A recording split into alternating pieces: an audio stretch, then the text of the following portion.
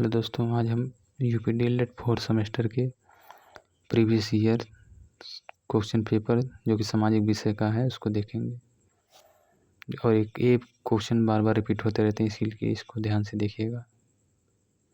पहला ही क्वेश्चन देखिए, इसमें दिया है कि किस तिथि को मंगल पांडे को फांसी दी गई थी। इसका ऑप्शन है 18 फरवरी 1857, 28 मार्च 1857, 8 अप्रैल 1857, 27 अप्रैल 1857। बताइए इसका आंसर क्या हो जाएगा। देखिए इसका आंसर हो जाएगा 8 अप्रैल 1857। इसमें हुआ क्या था कि बैरकपुर छावनी में जो नए कारतूस थे उसको सब शामिल किया गया था। ऐसा मानना था कि जो कारतूस बने हैं उनमें गाय और सूअर की चर्बी होने की बात कही गई थी। और ब्रिटिश सैन्य अधिकारियों पर इस आरोप के कारण मंगल पांडे ने हमला कर दिया था, तो और उन्हें जिस कारण 8 अप्रैल को फांसी दे दी गई थी। भारत छोड़ो आंदोलन का प्रारंभ किया गया था। सेकंड क्वेश्चन, भारत छोड़ो आंदोलन का प्रारंभ किया गया था 1946, 1942, 1930, 1932। ये क्वेश्चन भी रिपीट है। देखिए हमने बताया था कि महात्मा गांधी के नेतृत्व में 18 अगस्त 1942 को बॉम्बे में ग्वालियर टैंक मैदान में भारत छोड़ो आंदोलन की शुरुआत की गई थी, जिसमें गांधी जी ने करो या मरो का नारा दिया था। तो हमारा आंसर क्या सही हो जाएगा, 8 अगस्त 1942 यानी 42 सही हो जाएगा, सेकंड ऑप्शन। अगला क्वेश्चन देखिएगा आप, गांधी जी दक्षिण अफ्रीका से लौटने के बाद प्रथम सफल सत्याग्रह का आंदोलन कहाँ किया था। दांडी में, खेड़ा, बारदौली, चंपारण। बताइए इसका आंसर क्या हो जाएगा। दांडी, खेड़ा, बारदौली, चंपारण। बताइए इसका आंसर क्या हो जाएगा। देखिए दक्षिण अफ्रीका से गांधी जी लौटे थे 1915 में, और उन्होंने अपना पहला सफल आंदोलन 1917 में चंपारण के नील किसानों पर हो रहे अत्याचारों के खिलाफ किया था।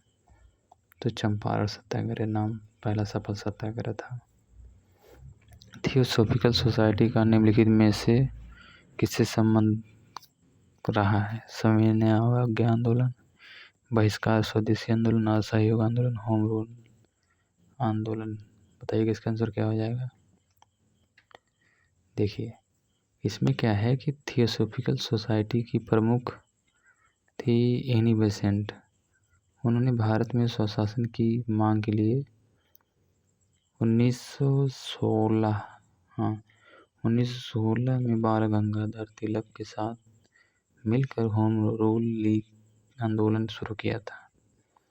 एक क्वेश्चन फिर पूछ सकता है, थियोसॉफिकल सोसाइटी एनी बेसेंट ने की थी, कब की थी, 1916 में की थी। किसके साथ मिलकर, बाल गंगाधर तिलक के साथ। तो हमारा आंसर क्या हो जाएगा, होम रूल लीग। अगला क्वेश्चन देखिएगा आप,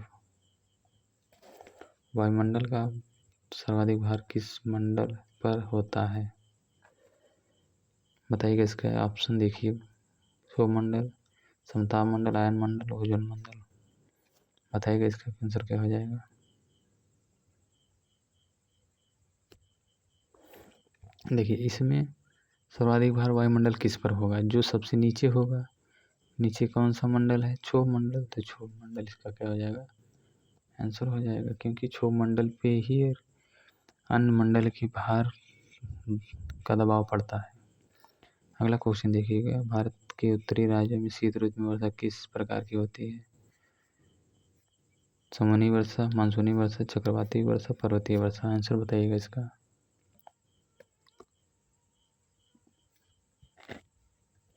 देखिए सर्दी में उत्तर के राज्यों में वर्षा मुख्य रूप से चक्रवाती वर्षा होती है।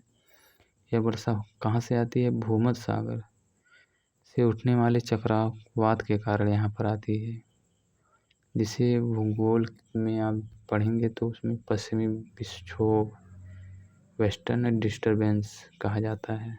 तो हमारा आंसर क्या हो जाएगा, चक्रवाती वर्षा। अगला क्वेश्चन देखिए आप, उत्तर प्रदेश की निम्न परियोजनाओं में से कौन पेयजल परियोजना नहीं है? बताइएगा इसका आंसर क्या हो जाएगा। गोकुल बैराज परियोजना, ज्ञानपुर पंप नहर परियोजना, लव कुश गंगा परियोजना, आगरा बैराज परियोजना।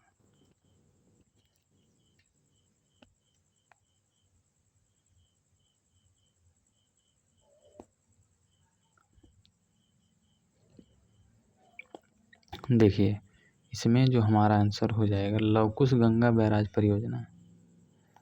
यह क्या है, यह कानपुर में है और आगरा के शहरों को साफ पानी सप्लाई करने के लिए बनाए गए थे। जबकि ज्ञानपुर नहीं, इसमें जो है ज्ञानपुर नहर परियोजना यह सिंचाई के लिए बनाई गई थी। गोकुल बैराज परियोजना यह पानी पेयजल के लिए बनाई गई थी। वहीं लव कुश बैराज जो कि कानपुर आगरा बैराज शहरों में पानी, यह कानपुर आगरा के शहरों में पानी पीने के लिए बनाया गया है और आगरा बैराज आगरा में खुद है ही। तो हमारा आंसर क्या हो जाएगा, ज्ञानपुर पंप नहर परियोजना। अगला क्वेश्चन देखिएगा, उत्तर प्रदेश के दिया सलाई उद्योग का प्रमुख केंद्र कहाँ है? बताइए इसका आंसर। सहारनपुर, मुरादाबाद, मिर्जापुर, बरेली। दिया सलाई उद्योग केंद्र कहाँ है उत्तर प्रदेश में?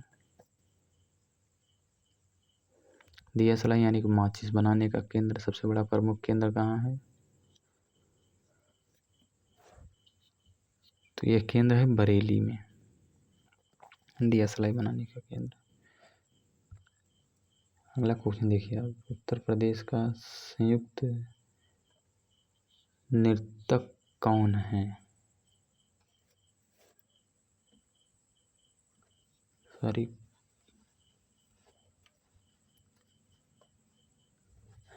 इसका जो ऑप्शन है थोड़ा कट गया है, इसको रहने दीजिएगा, बाकी आगे हम करवा देंगे। अगला क्वेश्चन देखिए, 2001 और 11 की जनगणना के उत्तर प्रदेश की जनसंख्या में कितने प्रतिशत की 10 की वृद्धि दर दर्ज की गई?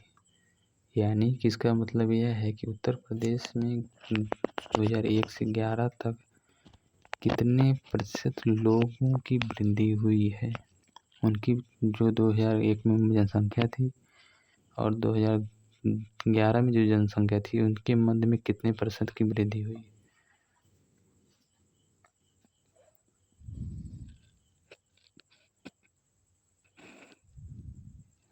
देखिए ऑप्शन दिया गया है 21.54, 25.61, 20.09, 25.04। आंसर बताइएगा इसका। देखिए ये हो जाएगा हमारा 3, 20.09। वैसे तो यह आंकड़ा 20.22 है, लेकिन 9 नज़दीक है तो इसलिए इसको मानेंगे।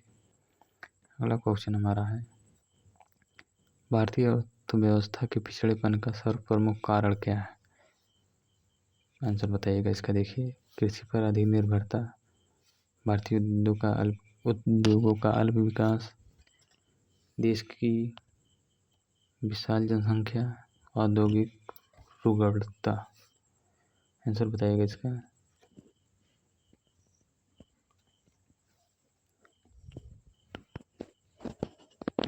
देखिए अर्थव्यवस्था में पिछड़ेपन का मुख्य कारक माना जाएगा भारतीय उद्योगों का अल्प विकास। सेकंड ऑप्शन सही हो जाएगा। संयुक्त राष्ट्र संघ की स्थापना की गई, ऑप्शन है 22 जुलाई 1945, 24 अक्टूबर 1945, 24 अक्टूबर 1948, 14 सितंबर 1948। बताइएगा इसका आंसर क्या हो जाएगा।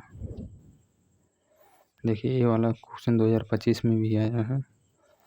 इसमें हमने बताया था कि 24 अक्टूबर को हर वर्ष संयुक्त राष्ट्र संघ दिवस मनाया जाता है और इसकी स्थापना 1945 में की गई थी। तो हमारा सेकंड ऑप्शन सही हो जाएगा। अगला क्वेश्चन देखिएगा आप, प्राण एवं दैहिक स्वतंत्रता की गारंटी कौन सा अनुच्छेद देता है? बताइए इसका ऑप्शन देख करके। अनुच्छेद 27, अनुच्छेद 25, अनुच्छेद 20, अनुच्छेद 21। प्राण एवं दैहिक स्वतंत्रता।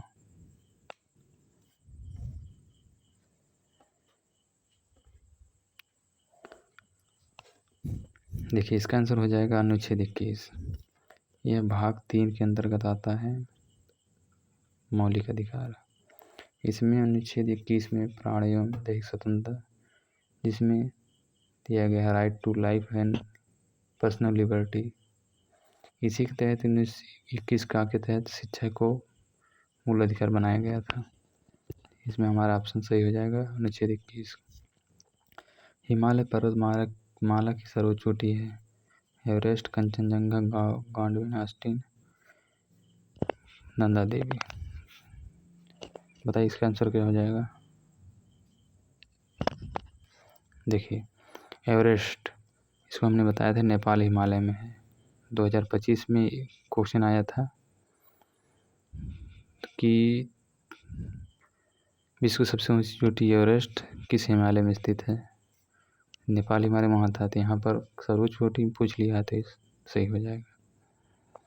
अगला क्वेश्चन देखिएगा आप। कौन सा तत्व किसी स्थान विशेष की जलवायु को प्रभावित नहीं करता। ऑप्शन देख करके बताइए इसका आंसर। पर्वतों की स्थिति, भूमध्य रेखा से दूरी, खनिज संपदा, प्राकृतिक वनस्पति। बताइए इसका आंसर क्या हो जाएगा। देखिए पर्वतों की स्थिति निर्धारित करती है जलवायु, भूमध्य रेखा से दूरी भी निर्धारित करती है, क्योंकि भूमध्य रेखा पर अधिक तापमान पड़ता है, उससे दूर जाने पर कम तापमान में कमी आ जाती है, उससे उसी प्रकार जलवायु में भी कमी आती है।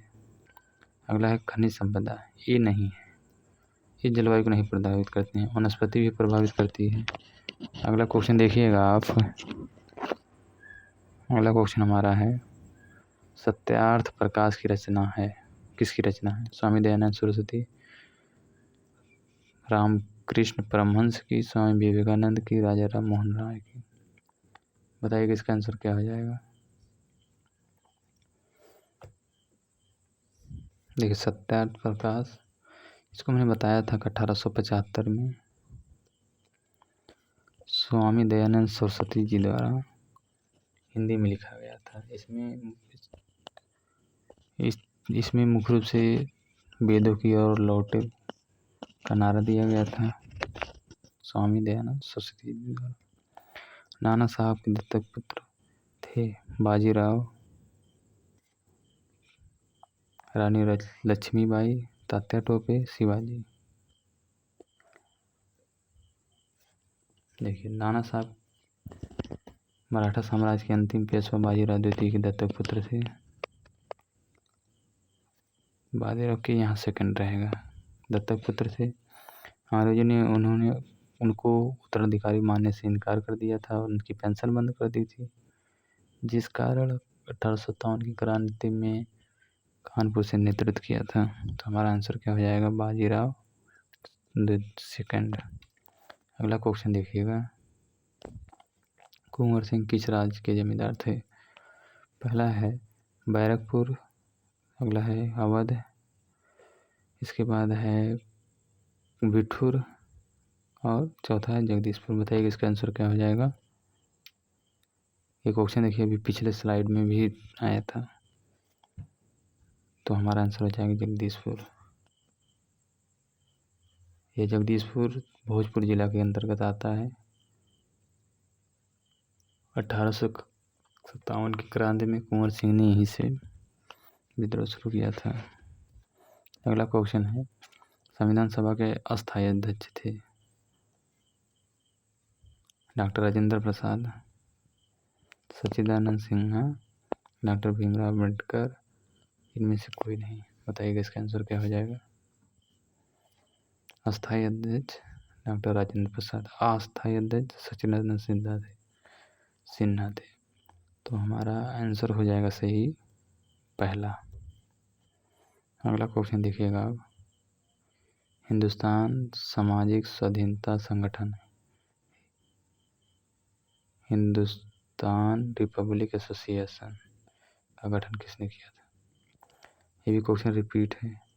पहला है चंद्रशेखर आजाद द्वारा, अगला है राम प्रसाद बिस्मिल द्वारा, अगला है भगत सिंह द्वारा और राजगुरु द्वारा। बताइए इसमें क्या हो जाएगा। देखिए इसका आंसर होगा कि राम प्रसाद बिस्मिल। एक क्वेश्चन रिपीट है। 1924 में कानपुर में राम प्रसाद बिस्मिल, सचिन नाथ सन्याल और उनके साथियों ने मिलकर के हिंदुस्तान रिपब्लिकन एसोसिएशन की स्थापना की थी और इसके बाद में जाकर के 1928 में चंद्रशेखर आज़ाद ने इसे पुनः पुनर्गठित कर दिया था और इसका नाम रख दिया था हिंदुस्तान सोशलिस्ट रिपब्लिकन एसोसिएशन। तो हमारा कौन सा आंसर सही हो जाएगा, राम प्रसाद बिस्मिल। यदि आंसर ऑप्शन में और आ जाए सचिन नाथ सन्याल तो इसको भी आप सही करेंगे। बंदी जीवन पुस्तक लेखक, बताइए इसका आंसर क्या हो जाएगा। ऑप्शन दिया गया है भगत सिंह, चंद्रशेखर आज़ाद, राजगुरु, सचिन नाथ सन्याल। ये दोनों क्वेश्चन रिपीट हैं, 2023 में आए थे। तो इसमें हमारा आंसर हो जाएगा सचिन नाथ सन्याल। बंदी जीवन सचिन नाथ सन्याल। अगला देखिएगा क्वेश्चन हमारा है, स्वतंत्रता प्राप्ति के समय पांडिचेरी कब्जे में था किसके।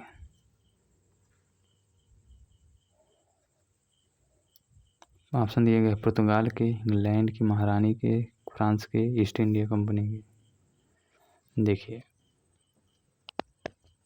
इसका उत्तर हो जाएगा कि अंग्रेजों ने 1947 में भारत को आज़ाद कर दिया था, लेकिन पांडिचेरी जिसे वर्तमान में पुडुचेरी पर फ्रांसीसियों का कब्जा था। यह 1954 में जाकर के छोड़े थे। इसी तरह गोवा पुर्तगालियों के कब्जे में था, तो आंसर हमारा हो जाएगा फ्रांस। वहीं गोवा आ जाता तो पुर्तगाल के कब्जे में था, यानी कि पुडुचेरी जो है पांडिचेरी ये फ्रांस के कब्जे में था और गोवा पुर्तगाल के कब्जे में था। अगला क्वेश्चन देखिएगा, किस राज्य में कुल भौगोलिक क्षेत्र के सबसे कम भाग पर वनों का विस्तार पाया जाता है। गुजरात, हरियाणा, राजस्थान, बिहार। बताइएगा इसका आंसर क्या हो जाएगा। देखिए कुल भौगोलिक क्षेत्र का सबसे कम भाग पर वन का विस्तार हरियाणा में पाया जाता है इस प्रकार का। अगला क्वेश्चन देखिएगा आप, देश में सर्वाधिक क्षेत्र पर पाए जाने वाले वन। आंध्र मानसूनी वन, उष्णार्ध सदाबहार वन, उष्णार्ध पतझड़ वन, दलदली वन। क्या हो जाएगा इसका आंसर।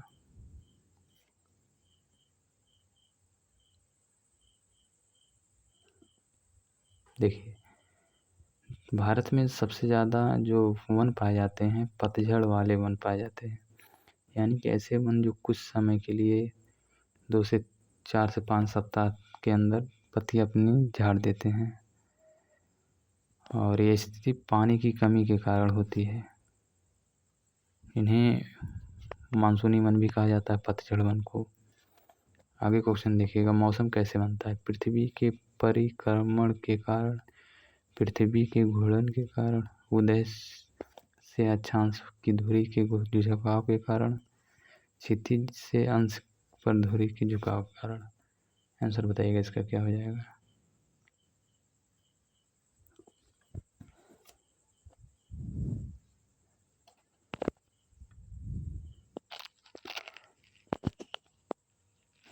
देखिए यह स्थिति कब बनती है, पृथ्वी के परिक्रमण के कारण। क्या होता है, पृथ्वी जो है वो अपने अक्ष पर झुकी हुई है, जिस कारण वो उसकी उत्तरी अक्षांश कभी सूर्य से दूर होता है तो कभी नज़दीक होता है। तो यह स्थिति में मौसम बनने की दशा उत्पन्न होती है। अगला क्वेश्चन देखिएगा, आर्कटिक विलो है पर्वत का नाम, वन का नाम, बांध का नाम, झाड़ी का नाम। बताइए कि इसका आंसर क्या हो जाएगा। इसका आंसर है आर्कटिक विलो। क्या है,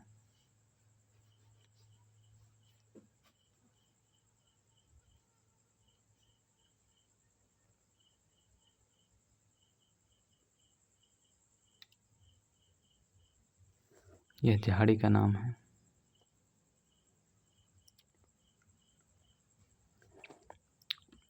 अगला क्वेश्चन देखिए, सीसी का नाम है एक प्रकार की मच्छर का, एक प्रकार की मछली का, एक प्रकार की मक्खी का, एक प्रकार के कुत्ते का। सीसी क्या है? एक प्रकार की यह मक्खी है जो कि मुख्य रूप से अफ्रीका में पाई जाती है। इसके डंक मारने वाली मक्खी भी कहते हैं। इसके काटने से मनुष्यों और जानवरों में स्लीपिंग सिकनेस, नींद की बीमारी फैलती है। यानी सीसी काटेगी तो स्लीपिंग सिकनेस की स्थिति बन जाएगी। तो हमारा आंसर क्या हो जाएगा? 3। अगला क्वेश्चन देखिएगा आप, मलेरिया की दवा क्विनोन बनाई जाती है किससे? मदार के पत्तों से, नीम के पत्तों से, नीम की छाल से, सिनकोना वृक्ष की छाल से। देखिए, क्विनोन की दवा जो मलेरिया के लिए उपयोग की जाती है, यह मुख्य रूप से सिनकोना वृक्ष की छाल से निकाली जाती है। तो हमारा ऑप्शन चौथा सही हो जाएगा। अगला क्वेश्चन देखिए, पंचशील सिद्धांतों में सबसे महत्वपूर्ण है प्रादेशिक अखंडता, संपूर्णता तथा पारस्परिक सम्मान, अनाक्रमण, हस्तक्षेप, शांतिपूर्ण सहअस्तित्व तथा समानता और पारस्परिक कार्य। बताइए किसका आंसर क्या हो जाएगा? पंचशील सिद्धांत 1954 में